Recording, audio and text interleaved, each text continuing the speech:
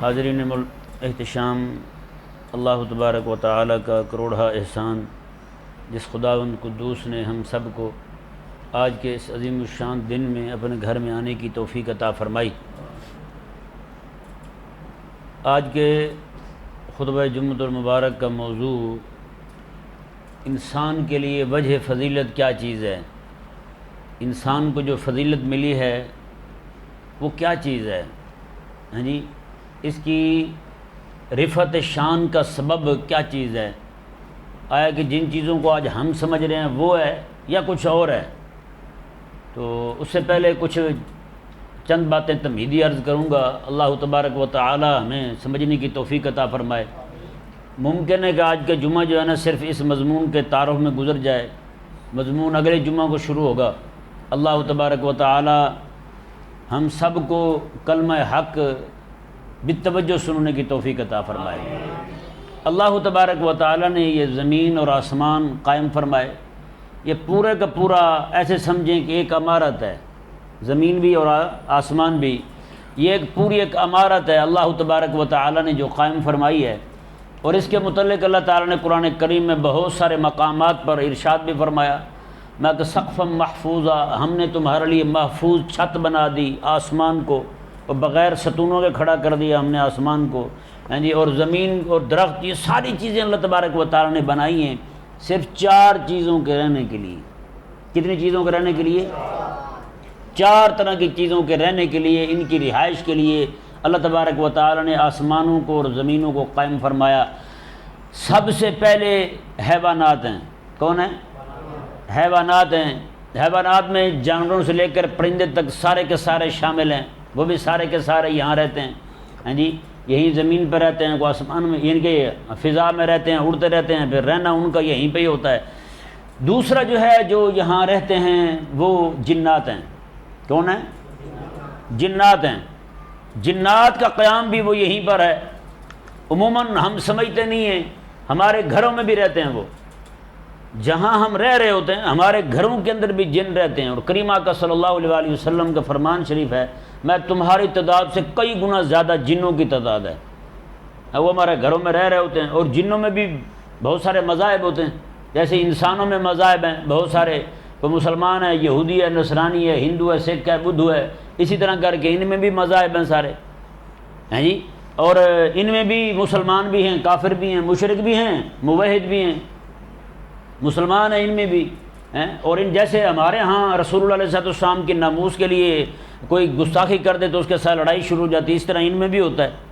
محدثین نے باقاعدہ ایک حدیث نقل کی ہے، کریم آقا صلی اللہ علیہ وسلم نے خود سماعت فرمایا، ایک جن جو ہے وہ کہہ رہا تھا آقا علیہ السلام کو، یا رسول اللہ صلی اللہ علیہ وسلم، ہماری برادری میں ایک جن تھا، اس نے آپ کی بے ادبی کی اور گستاخی کی، ہم نے اسے قتل کر دیا۔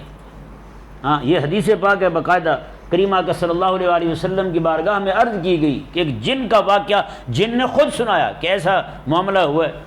اور ایک بار کریم آقا صلی اللہ علیہ وسلم تشریف فرما ہے مسجد نبوی شریف کے اندر، ہاں جی، جنوں کا ایک وفد آیا حضور کے پاس، آگے کہنے لگے جی فلاں مقام پر ہمارے جن جو ہیں وہ آئے ہوئے ہیں، آپ سے ملاقات کرنا چاہتے ہیں، کچھ سوالات ہیں ان کے، وہ آپ سے پوچھنا چاہتے ہیں، آپ وقت عطا فرمائیں۔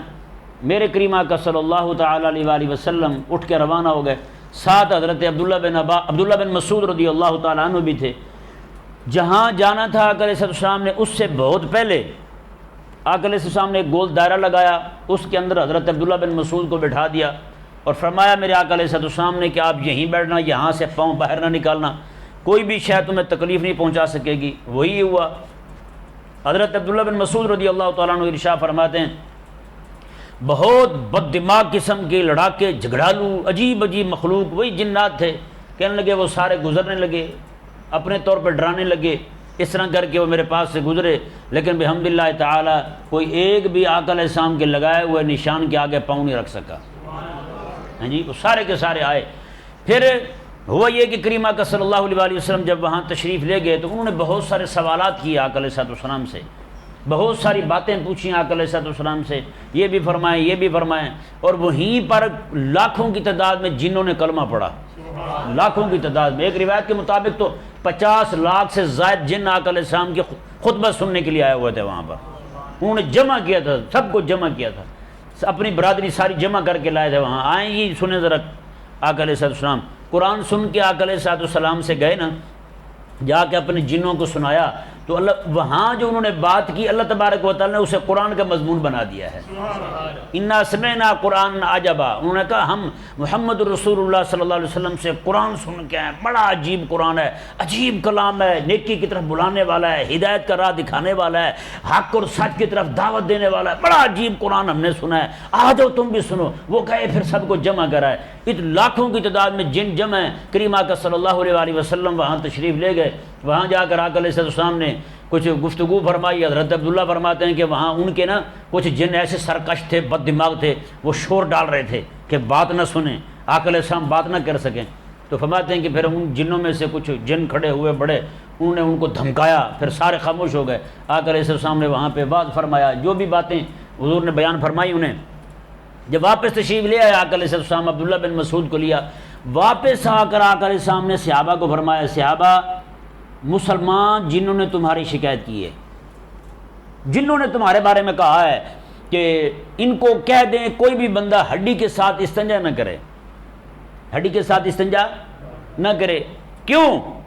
فرمایا کریم آقا علیہ السلام نے کہ اللہ تبارک و تعالی جب تم ہڈی گوشت کھا کے ہڈی پھینک دیتے ہو، اللہ تبارک و تعالی اسی طرح کا ایک گوشت جو ان کی غذا کے لیے ہوتا ہے، اسے اللہ تبارک و تعالی آنن فانن اس ہڈی کے اوپر اگا دیتا ہے، اس ہڈی کے اوپر اللہ تبارک و تعالی گوشت اگا دیتا ہے جو ان کے کھانے کا ہوتا ہے۔ تو فرمایا کہ تم اس کے ساتھ استنجا نہ کیا کرو، ہڈی جو ہے نا ایسے ہی پھینک دیا کرو، یعنی کہ پھینک دیا تو پھینک دی، استعمال نہیں کرنی دوبارہ، یعنی کسی غلط کام کے لیے یا استنجا کرنے کے لیے، طہارت کے لیے استعمال نہیں کرنی۔ فرمایا اور اگلی بات دیکھیں، میرے کریم آقا علیہ السلام نے ارشاد فرمایا جب تم گوشت کھاؤ تو ہڈی جو ہے نا اسے بسم اللہ شریف پڑھ کے رکھا کرو نیچے۔ کیا پڑھ کے چھوڑنی ہے ہڈی؟ بسم اللہ شریف پڑھ کے چھوڑنی ہے ہڈی۔ اسے جب بسم اللہ شریف پڑھ کے پھینکو گے تو صرف مسلمان جن ہی اس کی غذا استعمال کریں گے، کافر جن اسے استعمال نہیں کر سکیں گے، صرف مسلمان جن اسے استعمال کریں گے۔ تو یہ کریم آقا صلی اللہ علیہ وآلہ وسلم نے یعنی کہ واپس آ کے اپنے صحابہ کرام علیہ رضوان کو ارشاد فرمایا۔ تو یہ جن جو ہیں یہ باقاعدہ ایک مخلوق ہیں، یہ بھی تنگ کرتے ہیں بندے کو، کافر ہوتے ہیں تنگ کرتے ہیں، تکلیف دیتے ہیں، اور کئی سارے مسلمان ہوتے ہیں نیک ہوتے ہیں وہ تنگ نہیں بھی کرتے، بالکل سکون کے ساتھ رہتے ہیں، ہمارے گھروں میں رہتے ہیں جی۔ اچھا سب کو پتہ نہیں ہوتا کہ ہمارے گھر میں بھی ہیں، پتہ ان کو تب لگتا ہے جب ان کے پیسے آگے پیچھے ہو جائیں یا کوئی چیز دائیں بائیں ہو جائے تو پھر کہتے ہیں یار ہمارے گھر میں اسیب کا سایہ ہے، حالانکہ ہوتے تو پہلے بھی ہیں۔ میں اپنا بتاتا ہوں، یہاں ہمارے ڈاکٹر شاہد صاحب بیٹھے ہیں، ان کے علاقے میں مسجد میں رہا ہوں 8 سال پورے، وہاں بھی جن تھا، ٹھیک ہے نا، وہاں جن تھا، رات کو میں کبھی بھی یعنی کہ ایسا ہوتا اکیلا سوتا تھا مسجد میں، بغیر آیت الکرسی پڑھے سو گیا تو وہ زور سے آ کر میرے کان کے پاس تالی بجاتا تھا، زور سے ٹھوک دیتا تھا، ایسا کہ لگتا ہے جیسے چھاتی نیچے آ گئی ہے۔ میں ایک دم سے اٹھتا اور آیت الکرسی پڑھتا پھر سو جاتا۔ اچھا ایک بار میں نے تو یہ کہہ دیا اسے، میں نے کہا یار تو جو بھی ہے سامنے تو آ، مجھے پتہ تو چلے تیرا تو کون ہے۔ اتنا کہہ کے پھر وہ بھی نہیں آیا سامنے، میں نے بھی کچھ نہیں کہا۔ وہاں پہ ایک حاجی صاحب ہوتے تھے، بڑا انہیں چلے کاٹنے کا شوق تھا، تو وہ چلے کاٹتے تھے مسجد میں بیٹھ کے، رات کو جن میری شکل میں بالکل میرے حلیے میں، گرمیوں میں تہ بند باندھتا تھا، بالکل تہ بند باندھ کے میرے حلیے میں آ کے اس کے سامنے بیٹھ جاتا، اسے کہتا ہاں بھی حاجی کی کر رہے ہیں تم، آواز میرے والے نکالتا۔ اب وہ مجھے صبح صبح کہتا حضرت جی یہ باتیں صحیح نہیں ہیں آپ کی۔ میں نے کہا میں نے کیا کیا ہے؟ کہتا رات آپ آ کے تو سیٹیاں مار رہے تھے، مجھے کہہ رہے ہیں۔ میں نے کہا مجھے سیٹی بجانی نہیں آتی۔ میں نے آپ کو سیٹی کیسے مار دی ہے؟ کہتا جی آپ آئے تھے رات۔ اچھا 2-4 دن جب اس نے کہا، میں نے ایک دن کہہ دیا، میں نے کہا یار آج جب میں آؤں نا تو ساتھ ہی میرا کمرہ اٹھ کے آگے مجھے پکڑ لینا، آ جانا آپ میرے پاس۔ کہتا ٹھیک ہے آج میں آ جاؤں گا۔ وہ رات ہوئی تو پھر آ گیا، وہ آگے وہ بولا اسے حاجی صاحب ہاں جی سناؤ پھر کی حال ہے۔ اب حاجی صاحب جو ہے نا بیچارہ وہاں سے بھاگا، اب میں پکڑتا ہوں ان کو، صبح مکر جاتے ہیں ہمارے امام صاحب جو ہیں۔ اب وہ آیا دروازہ بجا، میں سویا ہوا اٹھا، میں نے کہا کیا ہوا جی؟ آنکھیں بھی نہیں کھول رہی۔ کہتے ہیں تو آپ نہیں تھے؟ میں نے کہا نہیں، وہ بیچارے کے حواس سے اڑ گئے۔ وہ کون تھا پھر؟ اور میں نے کہا آپ جانو اور آپ کا کام جانے، مر کے مجھے ڈراتے ہو تم، ایسے نظام ہے۔ تو یہ جن ہوتے ہیں بھائی، تنگ کرتے ہیں بندے کو، شیطانیاں کرتے ہیں۔ اور پھر بعض اوقات عاملین جو ہوتے ہیں، جو اہل اللہ ہوتے ہیں، اللہ تعالیٰ کے نیک بندے ہوتے ہیں، ان کو اللہ تبارک و تعالیٰ نے یہ قوت دی ہوتی ہے وظائف کے ذریعے اور بھی طریقوں سے، ان کو مار بھی دیتے ہیں، جلا بھی دیتے ہیں، آگ بھی لگا دیتے ہیں ان کو، ٹھیک ہے نا. ایسے بندے سے میں خود ملا ہوں جو جنوں کو ایسے جناب آگ لگا دیتا تھا, سچی مچی آگ لگا دیتا تھا, جن سڑ جاتے تھے وہیں پہ. تو اس طرح کا نظام جو ہے نا اہل اللہ بڑے سارے بزرگوں کو ہم نے دیکھا ہے. میرے دادا جی سناتے تھے قصہ. ہمارے دادا جی کے دادا جی تھے, وہ بہت بڑے عالم تھے پورے علاقے کے. ان کے پاس بچے پڑھتے تھے, تو ایک بچہ آ گیا, وہ جن تھا.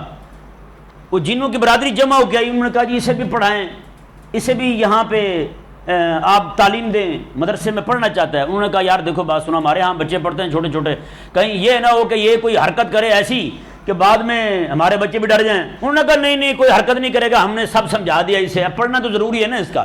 انہوں نے کہا ٹھیک ہے پڑھے بھائی. اب وہ آپ کو پتہ ہے دیہاتوں کا دور تھا پہلے کہیں پہ بھی بجلی نہیں ہوتی تھی, وہ دیے جلاتے تھے. اب وہ جس کمرے میں لیٹے ہوئے تھے وہ کمرہ بھی چھوٹا نہیں تھا, بڑا لمبا چوڑا کمرہ تھا, 10 مرلے کا لمبا کمرہ ایسے ہی. اب وہ سب سے آخر میں سویا ہوا ہے. اب دیا جو جل رہا تھا, دیا لالٹین, وہ جل رہا تھا دروازے کے ساتھ. اب آپ کو پتہ دروازہ وہاں ہو, وہ آخر میں سویا ہوا. اب سارے لڑکے ایک دوسرے کو کہہ رہے ہیں, وہ کہتا ہے تو بجھا, وہ کہتا ہے نہیں تو بجھا, ہیں جی. وہ آخر میں پڑا, وہ کہنے لگا میں بجھا دوں. اس نے کہا یار تو بجھا دے تو بڑا نیکی والا کام ہے, بجھا جلدی کر دوں. اب اس نے کیا کیا, وہیں سے لیٹے لیٹے ایسے ہی ہاتھ پھینکا, اٹھا کے پھونک ماری واپس رکھ دیا. اب کون لڑکا وہاں سوئے, سارے اٹھ کے بھاگے باہر. انہوں نے کہا مر گئے بھی, کیا چیز ہے یہ. رات کو جا کے وہ بزرگوں کو اٹھایا. انہوں نے کہا ہمیں تو مروا دیا آپ نے, کیا بلایا اندر. انہوں نے کہا کیا ہوا ہے. انہوں نے کہا یہ انہوں نے بچوں نے کہا کچھ نہیں ہوتا, جاؤ سو جاؤ, ایسے مارتے ہو تم, کچھ بھی نہیں ہوا. وہ سارے جا کے سو گئے, خیر مطمئن ہو گئے بچے. میں آپ کو یہاں پر روک کے ایک بات سنانا چاہتا ہوں, وہ ہمارے ایمان کے بڑھانے کے لیے بہت زبردست چیز ہے. حضرت سیدنا شاہ عبدالعزیز محدث دہلوی رحمہ اللہ ارشاد فرماتے ہیں, ایک کتاب میں نے انہی کا ذاتی قصہ پڑھا ہے کہ وہ خود فرماتے ہیں, ایک میں یہ کہ ان کے ابا جی فرماتے ہیں. بہرحال بات جو بھی ہو, بات حق والی ہے. ایک دن وہ جا رہے تھے کسی جگہ میں, جنگل میں, وہاں پہ انہوں نے ایک سانپ دیکھا اور اسے مار دیا. سانپ دیکھا اسے مار دیا, سانپ مر گیا. رات کے وقت فرماتے ہیں کہ میں گھر میں ہوں, دستک ہوئی دروازے پہ, کوئی بندہ آیا, اس نے کہا جی آپ ہمارے ساتھ چلیں. کہتے میں چل پڑا. کہتے مجھے آنن فانن ایسی جگہ لے گئے جو وہ جگہ میں نے کبھی دیکھی نہیں تھی. ایسے ملک میں پہنچ گئے تھے جو ہمارا ہندوستان کا ملک ہی نہیں تھا. ایسے علاقوں میں پہنچ گیا میں نے دیکھا ہی نہیں تھا. ایسے لوگ تھے جو میں نے میرے پہچانے ہوئے نہیں تھے. میں حیران ہوا, میں کہاں آ گیا ہوں, کہاں لے آئے مجھے. وہ کہتے ہیں ایک عدالت تھی, عدالت میں مجھے لے گئے. کہتے ہیں وہاں جب میں نے دیکھا ایک قاضی صاحب بیٹھے ہوئے ہیں پرانے حلیے کے, سر پہ بڑا امامہ بندھا ہوا ہے, اور جناب بیٹھے ہوئے ہیں. مجھے انہوں نے کہا کہ تو نے ہمارا بندہ مارا ہے.